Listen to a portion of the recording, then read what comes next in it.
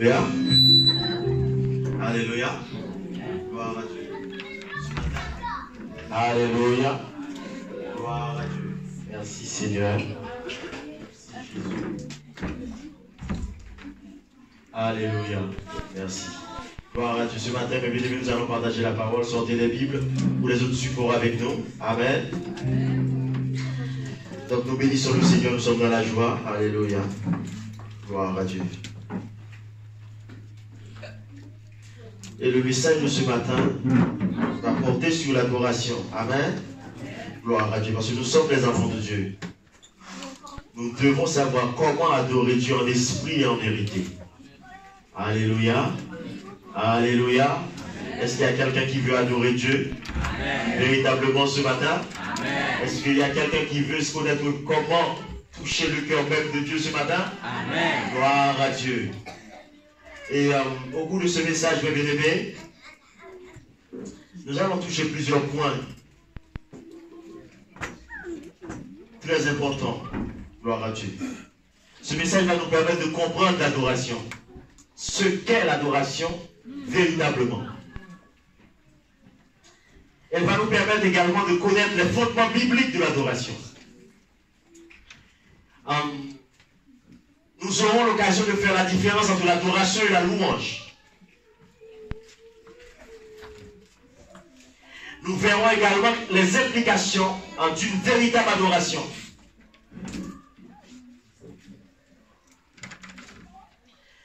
Nous verrons également la différence entre l'adoration et les expressions de l'adoration. Parce qu'il y a une confusion dans les églises, dans le corps de Christ, entre ce qu'est l'adoration en tant que telle et les expressions de l'adoration. Nous allons tenter d'approcher la profondeur, parce que l'adoration implique ou exige la profondeur.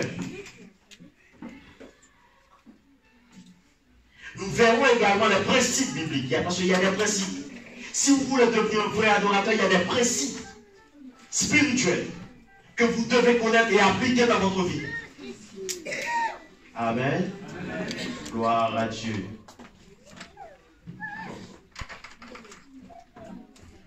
Et nous verrons le prix de l'adoration. Le message de ce matin dit, l'adoration a un prix. Amen. Ça veut dire que ton adoration te coûtera quelque chose. Amen. D'une manière ou d'une autre. Si tu veux adorer Dieu en esprit et en vérité, ça coûtera quelque chose à ta vie. Au nom puissant de Jésus. Et nous allons démarrer ce matin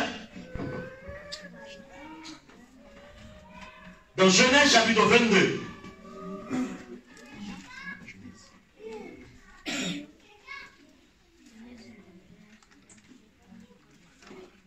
Pourquoi nous allons dans Genèse? Et nous allons voir la première fois que le mot adoration a été cité, c'est dans Genèse 22 et c'est par Abraham. Genèse chapitre 22. Je vais lire pour vous. Vous allez voir que la première fois que l'adoration, le mot adorer a été cité dans la Bible, il n'y avait pas de chant, il n'y avait pas d'instrument de musique, il n'y avait pas de groupe de louange. Amen. Amen. Amen. Ah, il n'y avait pas de temple. Il n'y avait pas d'église. Alléluia. Je sais que ça va choquer les gens. Genèse chapitre 22, à partir du verset 1er, et nous allons lire ensemble. Donc je vais lire là pour vous, suivez avec moi. Après ces choses, Dieu mit Abraham à l'épreuve et lui dit, Abraham, et il répondit, me voici. Dieu dit, prends ton fils, ton unique, celui que tu aimes, Isaac, et va-t'en au pays de Morisha. Et là, offre-le en holocauste sur l'une des montagnes que je te dirai. Abraham se leva de bon matin, scella son âne et prit avec lui 2 serviteurs et son fils Isaac. Il fendit du bois pour l'holocauste et partit pour aller au lieu que Dieu lui avait dit. Le 3e jour, Abraham levant les yeux vit le lieu de loin. Et Abraham dit à ses serviteurs, restez ici avec l'âne, Moi et le jeune homme, nous irons jusque-là pour adorer.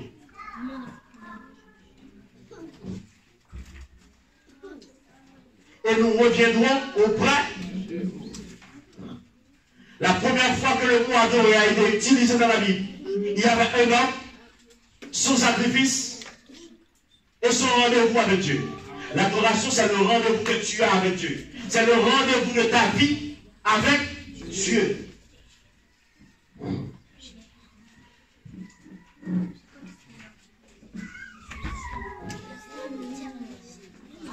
Je ne sais pas, est-ce que Dieu t'a déjà donné rendez-vous, mon frère?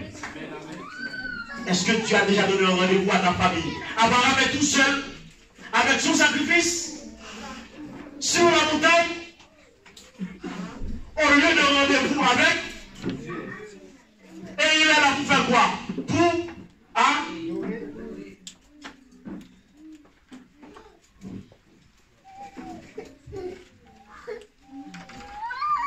donc l'adoration, mais nous sommes là dans les fondements bibliques. Quand vous comprenez l'adoration, ça n'a quasiment rien à voir. Nous allons voir un peu plus loin avec ce que nous, maintenant, nous avons tendance à appeler adoration.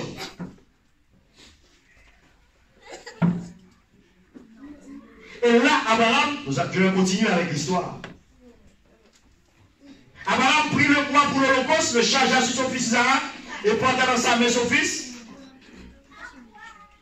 Ils marchèrent tous deux ensemble.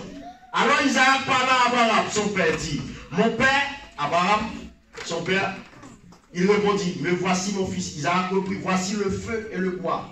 Mais où est l'agneau pour l'holocauste? Abraham répondit, mon fils, Dieu se pourvoira lui-même pour l'holocauste.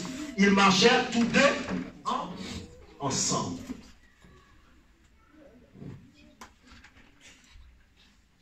L'adoration implique le sacrifice. Il n'y a pas d'adoration sans sacrifice. Non. Voilà pourquoi il faut comprendre l'adoration. Alléluia. Amen. Amen. Gloire à Dieu. Et voilà pourquoi moi j'ai intitulé ce message. L'adoration a un prix, ou le prix de l'adoration. Ton adoration te coûtera forcément quelque chose. À Abraham, Dieu a demandé son fils, son unique. Mais question, Abraham avait 2 enfants. Pourquoi Dieu n'a pas demandé Ismaël? Pourquoi Dieu a décidé de demander à Abraham son fils, son unique? Il faut comprendre dans la culture juive, le fils unique, ça ne veut pas dire un seul enfant. Non. Dans la culture juive, tu peux avoir 10 enfants. Mais il y a celui qui est appelé à remplacer le père. C'est celui qui est le fils unique. Celui qui est cher, celui qui a toutes les cas, qui va reprendre le flambeau de la famille. Celui qui a, le père voit en lui son remplaçant. Celui qui a toutes les qualités du père. C'est celui-là qui est désigné, en général dans la culture juive, ils font une grande cérémonie pour désigner le fils unique. Et le fils, une fois qu'il devient unique, la femme, elle s'assoit à gauche du mari, et le fils, lui, sa place, c'est à droite. Parce qu'il a été désigné comme fils, c'est ce fils-là que Dieu a décidé de demander à Abraham pour son adoration.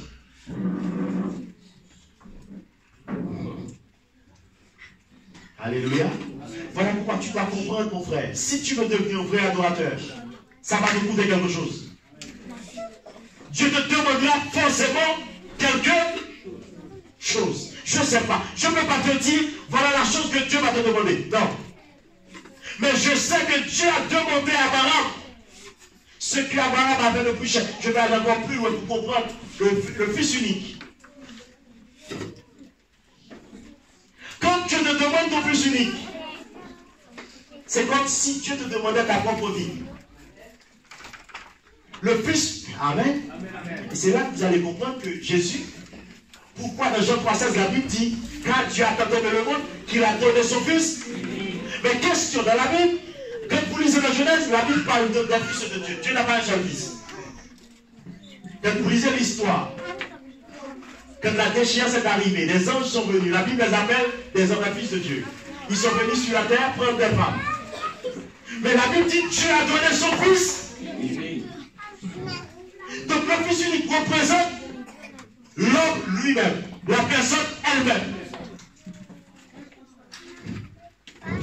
C'est comme si tu as un enfant vraiment qui est cher pour toi. Ou bien tu as quelque chose qui est vraiment cher. Tu ne vois pas ta vie sur la chose. Dieu te demande cette chose. C'est comme si c'était ta propre vie. Donner son fils unique, c'est donner sa propre vie. Voilà pourquoi Dieu appelle Jésus, c'est Dieu qui s'est fait chair, Emmanuel.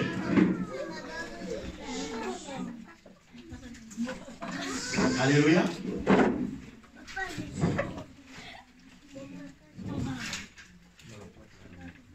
Donc à chaque fois que tu veux devenir vrai adorateur, attends-toi à ce que Dieu te demande ton fils unique. Abraham n'est pas dans la prière, non. Mais il vient au lieu de rendez-vous sur la montagne de Moricha avec Dieu pour présenter, offrir son fils unique. Et lui, comme quelqu'un qui est profondément spirituel, Abraham, il dit aux serviteurs, restez ici. Donc, moi bien aimé, quand vous allez entrer dans une collaboration avec Dieu, les hommes, même ton mari, sa présence ne sera pas vraiment importante pour toi. Amen. Même ta femme, quand tu sais que tu as un rendez-vous avec Dieu, même tes propres enfants. Amen. Parce que les serviteurs étaient là pour faire la route avec Abraham. Arrivé à un certain moment, Abraham dit, restez ici. Parce que moi, j'ai un rendez-vous. Je veux faire quelque chose avec Dieu. Parce que Dieu m'a donné ce rendez-vous. C'est lui qui m'a donné cet enfant. Je ne pouvais pas, ma femme ne pouvait pas enfanter. La stérilité était dans ma famille. Mais ce même Dieu, maintenant, me demande de lui offrir cet enfant. Donc là, les hommes, mon frère, si tu veux arriver à un niveau avec Dieu dans une dimension, tu dois apprendre à laisser les hommes de côté. Amen. Je parle à quelqu'un ce matin. Je parle à une famille. Je parle à un cœur ce matin. Oui, même ton mari s'il ne veut pas te suivre, c'est pas un problème. Même ta femme si elle ne veut pas, c'est pas un problème. Même tes frères et soeurs, s'ils ne veulent pas, c'est pas un problème. Parce que toi, tu as un rendez-vous. Amen. Mais bien aimé, nous allons entrer à l'endroit plus fort. Pourquoi Abraham s'est levé de bon matin, elle a rien dit à Sarah? Lisez bien votre Bible. Abraham, Dieu lui a parlé. Il y a de fortes chances que Dieu ait parlé à Abraham peut-être pendant la nuit ou dans la soirée. Parce que la Bible dit, Abraham s'est levé de bon matin. Mais bien aimé, là, ça nous montre une loi spirituelle. C'est la loi de la priorité. Amen. Amen. Amen. Amen. Je veux parler à quelqu'un ce matin. Amen. Tu dois activer cette loi dans ta vie. Amen. Ça veut dire que Dieu passe en premier. Amen. Amen. Abraham a activé cette loi. De bon matin, elle s'est levée. Pas à midi. Pas à 14 heures. Non. Elle s'est levée de bon. Ça veut dire que Dieu avant tout. C'est une loi spirituelle. Et il a pris la route. Et il a avancé. Alléluia. Est-ce que ce matin tu veux devenir un vrai adorateur ce matin? Amen. Gloire à Dieu. Dieu veut vous devoir comme un vrai adorateur. Amen. Celui qui est prêt à sacrifier son fils unique. Et la Bible précise celui que tu aimes. Alléluia. Alléluia. Ah, mais bien aimé, il y a quelque chose de plus profond. Ça veut dire que si tu veux vraiment adorer Dieu, tu dois être prêt à sacrifier des choses que tu aimes.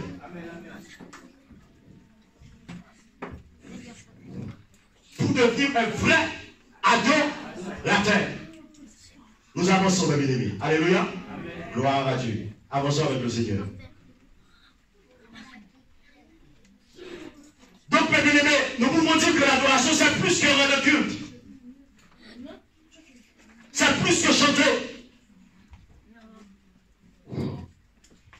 Alléluia. C'est plus que contempler la qualité de Dieu.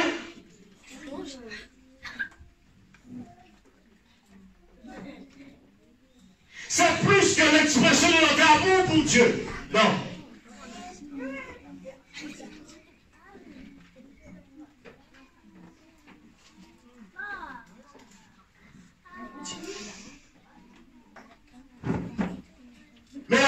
l'adoration, mais c'est plus que ça. C'est l'offre même de notre vie à Dieu. C'est le fait d'offrir, de présenter ce qu'on a de plus cher à Dieu. Et nous allons avancer ce matin dans Matthieu chapitre 2. Nous allons voir la première fois que le mot adoration a été cité dans le Nouveau Testament. Matthieu chapitre 2. Gloire à Dieu. Matthieu chapitre 2.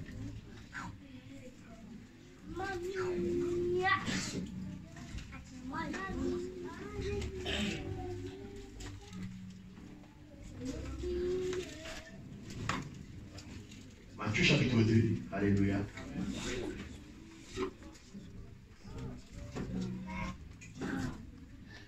Jésus étant né à Bethléem en Judée, au temps du roi Hérode. Voici des mages d'Orient arrivés à Jérusalem et dit, où est le roi des Juifs qui vient de naître? Et bien aimé, Jésus est né à Bethléem. Il y a des gens, des mages, des gens qui sont dans la magie, qui ont vu quelque chose. Amen. Amen. Amen. Les grands sacrificateurs, les religieux, les lévites, ceux qui travaillent dans le temple, ils n'ont rien vu. Mais des mages qui viennent de loin. Alléluia. Alléluia. Que tes yeux spirituels s'ouvrent. Car nous avons vu son étoile en Orient. Suivez avec moi, Matthieu chapitre 2. Et nous sommes venus pour l'adorer.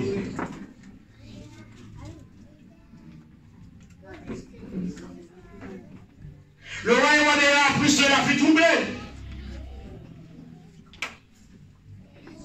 Et tout Jérusalem avec lui, il assembla tous les principaux sacrificateurs et les scribes du peuple. Et il s'est formé à deux où devait naître le Christ. Il lui dit à Bethléem, en Judée, car voici ce qui a été écrit par le prophète. Et toi, Bethléem, terre de Juda, tu n'es certes pas la moindre entre les principales villes de Juda, car de toi sortira un chef qui pétera Israël, mon peuple. Parce qu'il y avait déjà eu la prophétie que Jésus devait naître à Bethléem. Alors Hérode fit appeler en secret les mages. Et sans qu'ils soigneusement auprès d'eux, depuis combien de temps l'étoile brillait. Alléluia. Mais bien aimé, l'étoile de Jésus a commencé à briller. Alors que Jésus était dans la crèche. Puis il les envoya à Bethléem en disant, allez, prenez des informations exactes sur le petit enfant. Quand vous l'aurez trouvé, faites-le moi savoir, afin que j'aille aussi moi-même l'adorer. Après avoir entendu le roi, il partit. Et voici l'étoile qu'ils avaient vue en Orient marchait devant eux. Mais bien aimé, l'étoile était là.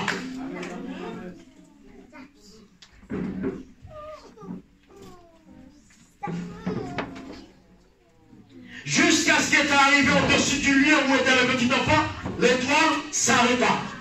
Quand les mages sont arrivés, devant la crèche de Jésus, ils ont vu l'étoile. Alléluia. Quand ils aperçurent l'étoile, ils furent saisis d'une très grande joie. Ils entrèrent dans la maison, virent le petit enfant avec Marie, sa mère, se prosternèrent, et là, ils l'adorèrent. Amen. Se prosternèrent, et là, ils l'adorèrent. Ils lui offrirent un présent. Ils ouvrirent ensuite leur trésor. Et lui offrirent en présent de l'or, de l'encens, de la myrrhe. Puis Divine m'a averti en songe de ne pas retourner vers Hérode. Ils regagnaient leur pays sur un autre chemin. Alléluia. Amen, amen. Mais bien aimés, les mages, ils ont fait le parcours. Ils ont fait le trajet de leur pays jusqu'à Bethléem. Ils sont en train de chercher le petit enfant. Parce qu'ils veulent l'adorer. Alléluia. Et ensuite, ils se sont prosternés devant Jésus. Et ils ont décidé d'ouvrir leur trésor. Mon frère, si tu veux adorer Dieu, tu dois être prêt à ouvrir ton trésor. Amen. Amen. Amen. tu ne pourras pas adorer Dieu en gardant des trésors cachés. Non. Tu dois ouvrir ton cœur. La Bible dit qu'elle parle là où est ton cœur, là aussi sera ton trésor. Si tu veux vraiment adorer Dieu, mon frère, tu dois être prêt à ouvrir tes trésors. Ouvre ton cœur, ouvre ta vie à Dieu. Pour offrir à Dieu ce que tu as de plus cher au fond de toi.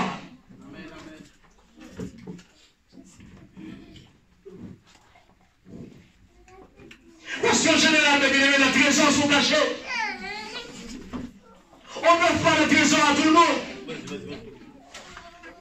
Alléluia. Mais pour devenir un vrai adorateur, nous devons être prêts à offrir nos trésors. Quels sont les trésors de votre vie ce matin?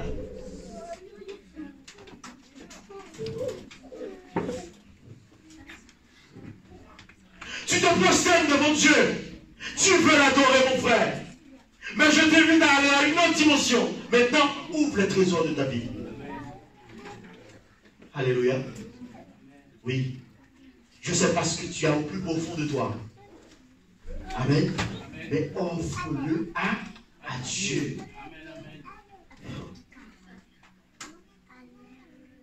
Je ne sais pas ce que tu as au fond de caché. Je ne sais pas ce que tu as placé en toi.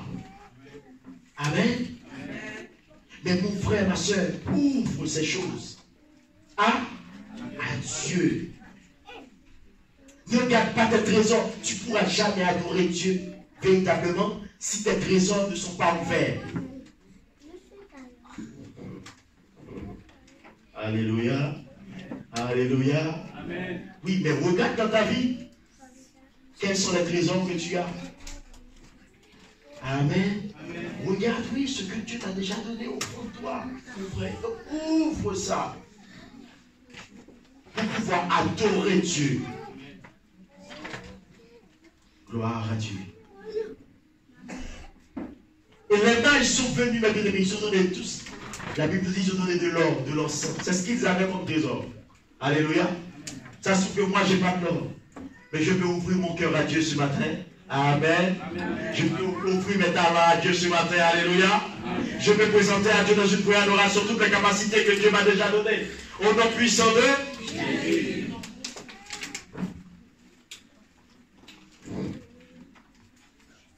Pour adorer Dieu. Mais bien aimé, la première fois que le mot adoration est trouvé dans le Nouveau Testament, il n'y a pas de temps. Alléluia. Il n'y a pas de chanson. Amen. Amen. Amen. Amen. Les mages se prosternent, ils adorent et ils ouvrent leur trésor. Alléluia. Alléluia. Alléluia. Prépare-toi à devenir un vrai adorateur ce matin. Prépare-toi à franchir un cap au nom puissant de Dieu. Oh oui, gloire à Dieu. Prépare-toi à voir Dieu différemment. Prépare-toi à vraiment te présenter devant Dieu différemment. Alléluia. Parce que adorer Dieu, c'est plus que chanter. Adorer Dieu, c'est plus que lever la main. Adorer Dieu, c'est plus que danser. Adorer Dieu, bon, je vais aller encore plus loin. Je ne vais plus parler comme le pasteur ce matin. Adorer Dieu, c'est plus que venir dans un sanctuaire le dimanche matin. Alléluia. Alléluia. Alléluia. Parce que je discute sur le prochain point. Jean chapitre 3, chapitre 4, verset 23. Nous allons voir qu'est-ce que Jésus dit lui-même de l'adoration. Jean 4.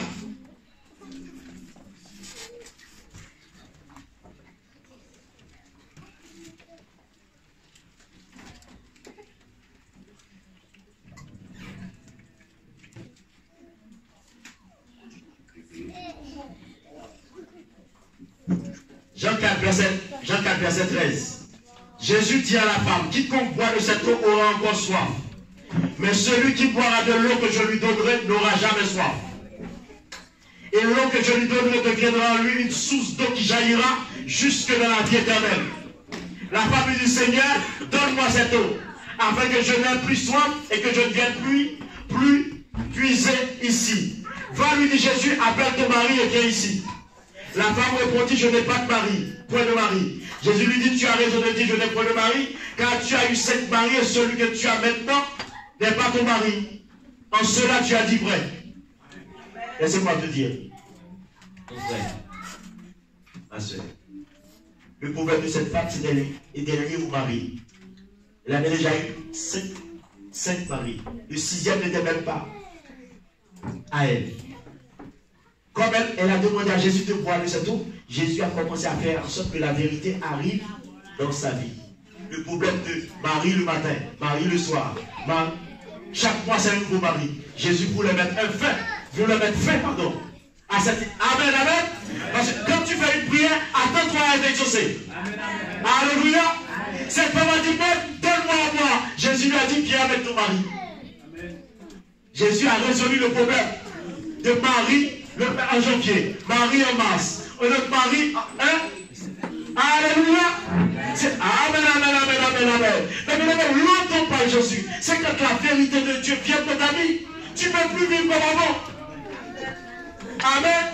Ce n'est pas le sujet du message. Avançons. Avançons. La femme répond.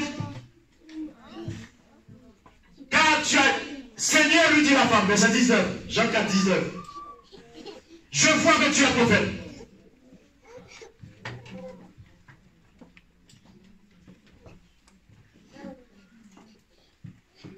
Nos pères, et là la femme va aborder la question de l'adoration. Nos pères ont adoré. Nos pères ont adoré sur cette montagne. Et vous dites-vous que le lieu où il faut adorer est à Jérusalem. Femme lui dit Jésus, crois-moi, l'heure vient et ce ne sera ni sur cette montagne, ni à Jérusalem que vous adorerez le Père. Vous adorez ce que vous ne connaissez pas. Donc, mes bien-aimés, l'adoration n'est plus liée à un lieu, n'est plus liée à un temps, n'est plus liée à une église, ni à une maison, n'est plus réservée à un moment de prière. Non, à une heure spécifique. Non, mon frère. Parce que l'heure est venue où les frères adorateurs adoreront le Père en esprit et en vérité. Je n'ai pas besoin d'être à l'église pour adorer.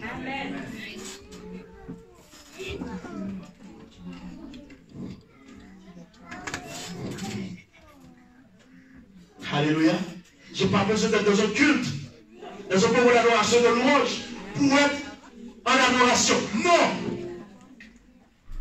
Parce que Dieu est esprit.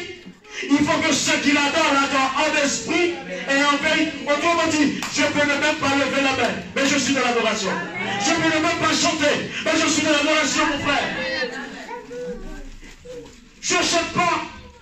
Il n'y a même pas de musique, mais ma vie est dans l'adoration. Parce que l'heure est venue où les frères adorateurs adoreront le Père en esprit et en vérité.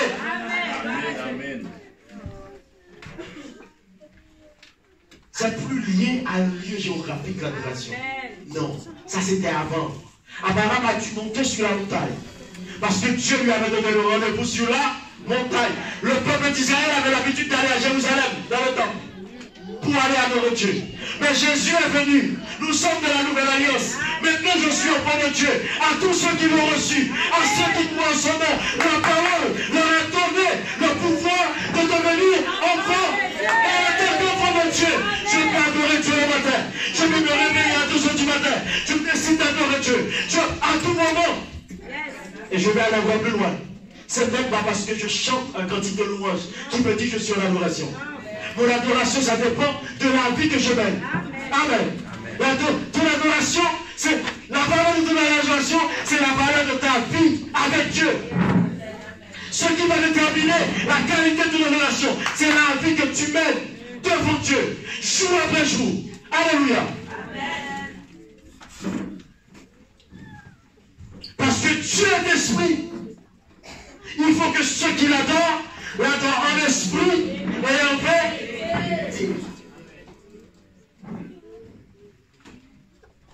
Dieu est esprit. Il faut que ceux qui l'adorent en esprit et en vérité. Je ne sais pas comment tu adores Dieu. Parce qu'avant même de chanter un cantique, tu regardes ton cœur avant. Avant même de lever les mains devant Dieu, Tu regardes si ce que tu vas dire dans le cantique, si ça correspond vraiment à la qualité de vie que tu mets devant sa face. Alléluia. Quand nous allons chanter, Seigneur, je te donne tout mon cœur. Tu regardes effectivement si tu lui as tout donné vraiment.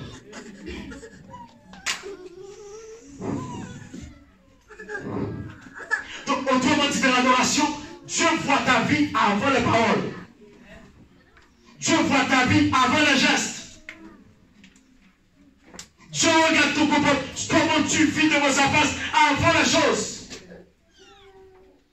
L'adoration est spirituelle, car Dieu est esprit. Alléluia. Alléluia. Oui, soyons de vrais adorateurs. Oui. Et la Bible, Jésus continue plus loin pour dire, Dieu cherche des vrais adorateurs. Dieu est à la recherche de vrais adorateurs. Dieu cherche de vrais adorateurs. Mais bien, Abraham pouvait chanter du matin jusqu'au soir. S'il n'avait pas décidé d'offrir Isaac, il n'allait jamais devenir un vrai adorateur de mon Dieu. Amen. Amen. Voilà pourquoi tu peux passer 20 ans à l'église, mon frère. Mais ce que Dieu t'a demandé de faire depuis 15 ans, tu as refusé de le sacrifier, de le faire. Ça a bloqué ta vie d'adoration. Oui. Tu peux passer la révélation que Dieu t'a donnée. Dieu t'a demandé de faire un effort. Parce que l'adoration demande un effort. Abraham a dû marcher pendant 3 jours. Tu ne pourras pas devenir vrai adorateur en étant passif, non. En étant dans le confort, non, mon frère. Tu dois te lever et commencer à bouger pour Dieu. Abraham, la Bible nous dit Abraham a marché pendant 3 jours. Juste pour aller adorer. Ton adoration te coûtera quelque chose. Il y a un prix dans l'adoration. Autrement dit, l'adoration n'est pas gratuite. Il y a un prix, mon frère. Alléluia. Abraham a dû payer les mages. Ils ont dû ouvrir leur trésor. Alléluia. En plus d'avoir fait le voyage pour venir adorer Jésus. Alléluia. Amen. Amen. Amen. Amen. Nous avons devenir de vrais adorateurs. Mon frère, ouvre ta vie à Dieu. Ce matin. Ouvre ta vie à Dieu. Alléluia. Ouvre ton cœur profondément. Gloire à Dieu. Alléluia. Gloire à Dieu. Ouvre ton cœur. Et je vais terminer avec un deuxième principe. Tu ne pourras pas devenir un vrai adorateur si tu ne mets pas en application dans ta vie le principe des prémices. Genèse chapitre 4. Je vais terminer avec ça. Genèse 4.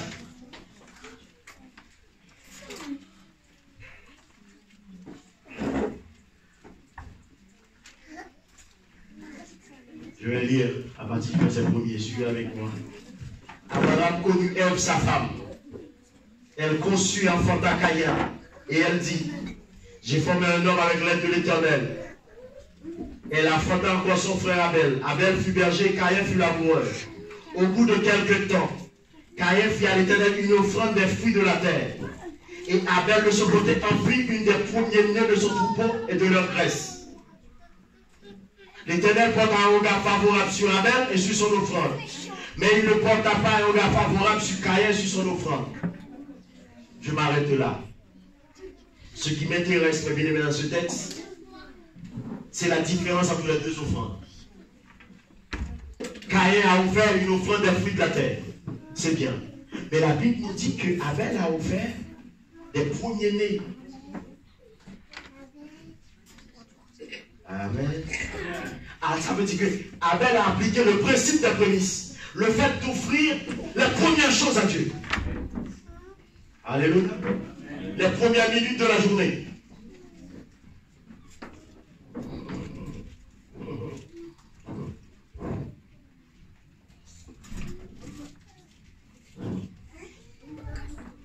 Les premiers fruits de la récolte.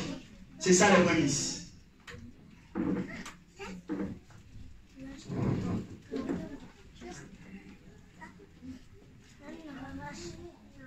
Mon frère, tu veux devenir vrai adorateur, commence par offrir les premières choses de ta vie à Dieu. Alléluia. Le principe des prémices. Mon frère. Avant, ça veut dire, avant même de prendre. Mais bien aimé, cette traduction, lui se voit traduit une des premières. Mais quand vous allez dans la Bible anglaise, La Bible va dire qu'Abel a offert les premiers-nés de son troupeau. Ça veut dire que parmi les chèvres, Abel est allé chercher la première chèvre. Parmi les bœufs, le premier. Amen. Parce que dans un troupeau, il y a plusieurs types. Donc il a pris le premier de chaque bergerie et il est allé, il les a présentés à Dieu. C'est le principe des prémices. Si tu veux véritablement adorer Dieu, mon frère, tu dois commencer par appliquer le principe des prémices. Offrir les premières choses, les premières minutes de la journée à Dieu dans la prière. Alléluia. Au réveil, les premières secondes sont réservées. Ça, c'est un exemple.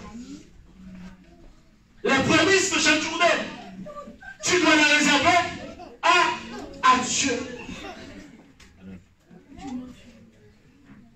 Après, c'est dans chaque domaine de la vie. Alléluia. Donc, mes bien-aimés, je vais continuer dimanche prochain. Alléluia. Amen. Oui, alléluia. Acclamons le Seigneur. Nous allons bientôt le présenter. Au nom puissant de Jésus. Et je vais continuer, parce qu'il reste des choses à voir. Nous devons voir les expressions de l'adoration. Ah oui, nous allons voir entrer dans une autre profondeur dimanche prochain sur l'adoration. Amen. Acclamons le Seigneur et levons-nous ensemble. Gloire à Dieu. Gloire à Dieu.